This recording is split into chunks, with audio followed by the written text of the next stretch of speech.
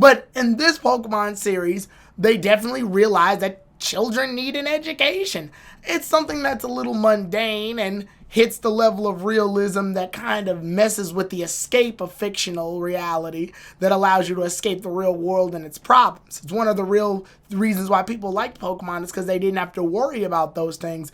But at the same time, this is a new Pokemon series, and I do like that they want to build a world that's based on some level of realism while still keeping the wonders and fictional environment that is Pokemon that we've come to know and love. The fantasy, the whimsy of Pokemon.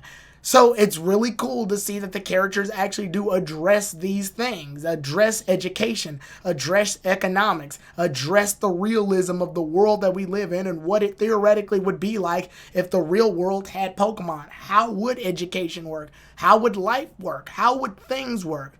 I don't expect us to have episodes of Liko taking the classes every day, but it is nice to know that Liko actually is going to engage in online scholastic activity just to show that she isn't abandoning one plot point, which is her going to school. The series starts off with it, so it's good to see that Liko engaged in such activities and decided to keep moving forward with Rising Volt Tacklers. So it's good. They tackle both revenues, and here we actually get a character design that shows that she is officially a part of the Rising Volt Tacklers by sporting the Oshawott outfit that she has and will probably have for the rest of the series, or at least until we get a character design change maybe later. So it's good to see that she has the iconic outfit on. After that, she ends up looking for Fuecoco because she's been tasked to feed the Pokemon, and she's also been given the official role as being the analyst observer of the ship, which honestly fits her perfectly. She is an analyst. She looks at things, she gains clues, she discovers things. Immediately upon noticing that Fuecoco is missing, she uses her Pokedex to try to gather some information on Fuecoco. And I like the fact that she even states that there's no clues about it, but she is asking the Pokedex to give her direct information about it. In previous Pokemon series, the Pokedex mostly just formed as a out-of-universe explanation to the audience as to what exactly this Pokemon is and what it does. But here, and a little bit in Pokemon Journeys, the last series, they do use the Pokedex for informational purposes that go within the plot itself rather than just this, here's your daily update on what the Pokemon is and how it acts. So that's really good to see. Fuecoco has slid off of the ship upon the barriers being put down. And they actually address that. Orla states that since the barriers are down, getting off the ship is a lot more dangerous because you could have the risk of falling. And while Freed has no problem doing this with his Charizard just flying off the ship, Fuecoco, however, isn't as fortunate and ends up plummeting straight to the sea.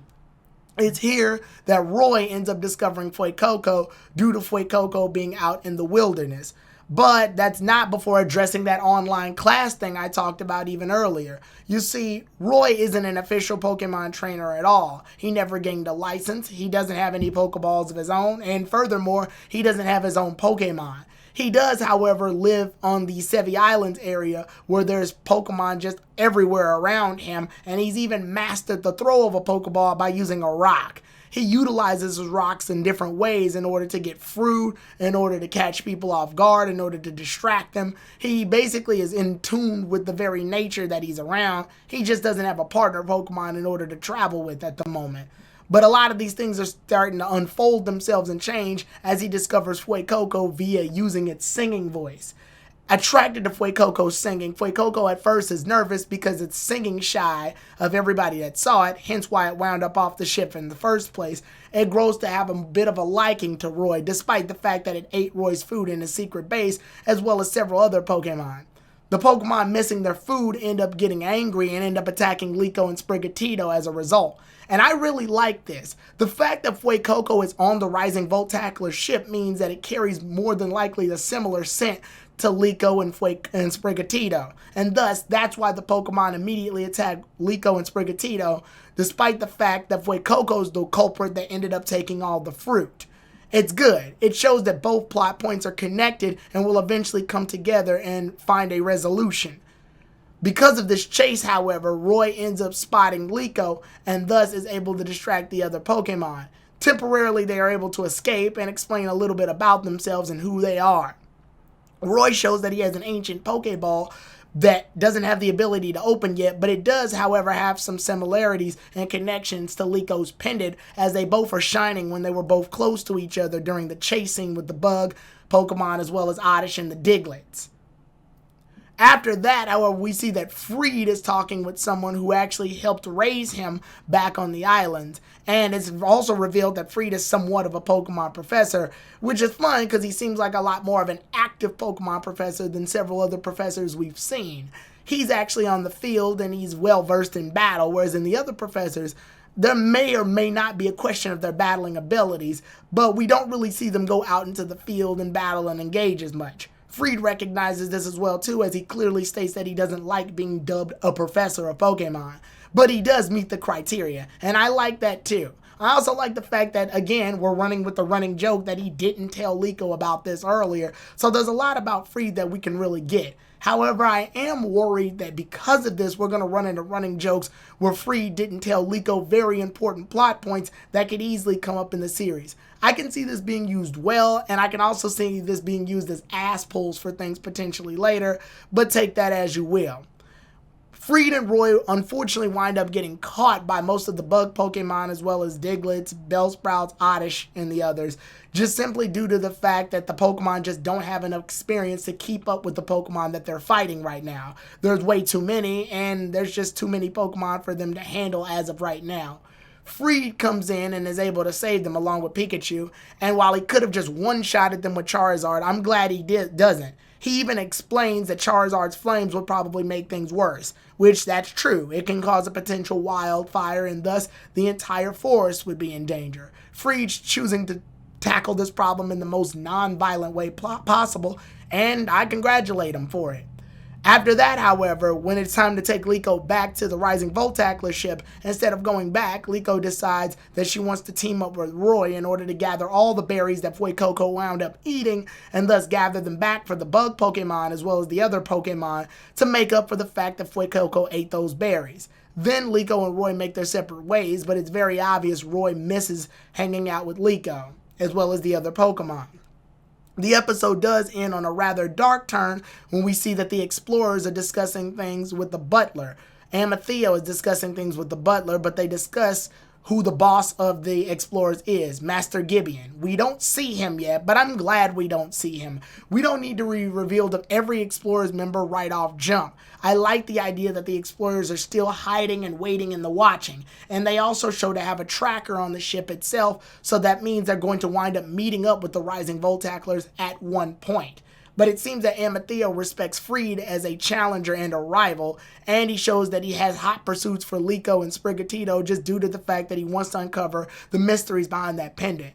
If the pendant and the ancient Pokeball are related, then it's more than likely they're going to be after that as well. Also, we get here that Roy explains what a ancient Pokemon trainer is, or a legend Pokemon trainer. Essentially someone who goes off and fights legendary Pokemon, discovers treasure, and catches several different Pokemon. So it shows that he has a apparent goal, but he just lacks the criteria to get it because there are no Pokemon trainers on that island.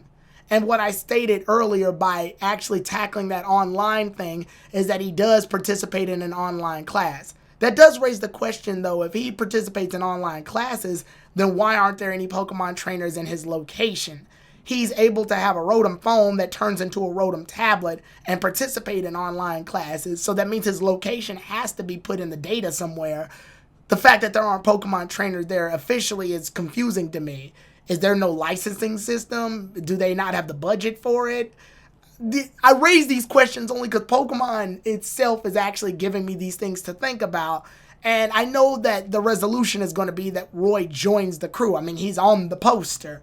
But it does raise that question. And obviously these things are missing only so that Roy can join the Rising Voltacklers later and just officially become a Pokemon trainer via that way.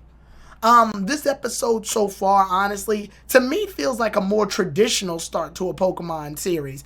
The older Pokemon series would have started off things a bit this way, while the newer Pokemon series decided to start off with Liko and the heavy, dark, undertoned plot with her and the whole Sprigatito kidnapping situation dealing with the explorers off jump. I'm guessing this was obviously to catch the audience's eyes and get them invested really fast. And that's not to devalue Roy's plot from this episode, but it does show that one plot is going to pull in more audiences simply because it's very rare that we see plots begin that way in a Pokemon series or in multiple Pokemon series that we've watched in the past when we've had to deal with Ash. Here we get a more lighthearted episode that deals more in the groves of what a traditional Pokemon episode would be.